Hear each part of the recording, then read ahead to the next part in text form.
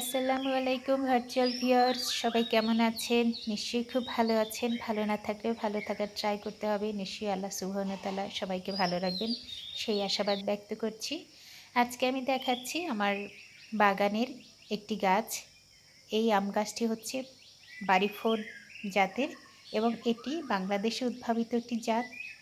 এই আমের বৈশিষ্ট্য হচ্ছে এটা গোলাকার, কিছুটা ডিম্বাকৃতির বলা যেতে পারে এবং এই আমের সাইজ অনেকটা বড় হয়। আর একটা বৈশিষ্ট্য হচ্ছে এটার ভেতরে একেবারেই আমে আঁশ নেই, মিষ্টতাও অনেক। আর একটা ইম্পর্ট্যান্ট বিষয় সেটা হচ্ছে এই আমটা কিন্তু কাঁচা খেতে ভীষণ মিষ্টি লাগে, অর্থাৎ এটা কাঁচা মিঠা আম।